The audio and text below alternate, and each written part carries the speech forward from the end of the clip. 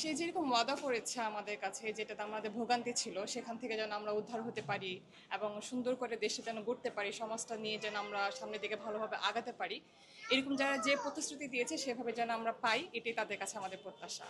অনেকে কথা দেয়, বাট দেখা যাচ্ছে যে পরে সেগুলো আর বাস্তবায়িত হয় না।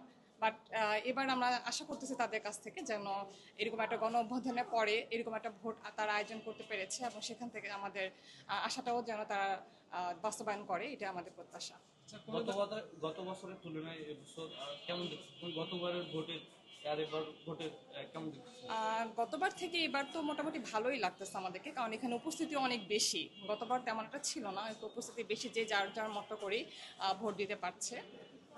ভালো লাগতেছে ওভারঅল কোনো সবকিছু। ধরনের হ্যাসেল পোহাতে হয়েছে কিনা? না না, আমি আল্লাহর রহমতে কোনো হ্যাসেল আমাকে হতে হয়নি। আমি ভালোভাবে এসেছি এবং আমার মতো করে আমি ভোট দিতে পেরেছি। এটি প্রথমবার গণভোট এবং সংসদ নির্বাচন ভোট দুইটা একসাথে প্রথম। জি। প্রথমবার পেয়ে কেমন লাগছে বা জি, কেমন আমার ভোট কাছে এই করলেন? জিনিসটা খুব ভালো লেগেছে। আমি অ্যাকচুয়ালি এসেছি গণভোটে অংশগ্রহণ করার জন্য মূলত। এটা আমার মূল টার্গেট ছিল যে আমি গণভোটে ভোট দিব এবং যে পরিবর্তনগুলো দরকার আমাদের দেশের জন্য সেটা যেন হয়। এই আশাতে আসলে গণভোটটাতে আমার দেওয়ার ইচ্ছা আর কি। গণভোট বিষয়ে জাতিকে কি বলতে চাচ্ছেন, কি বলতে চান?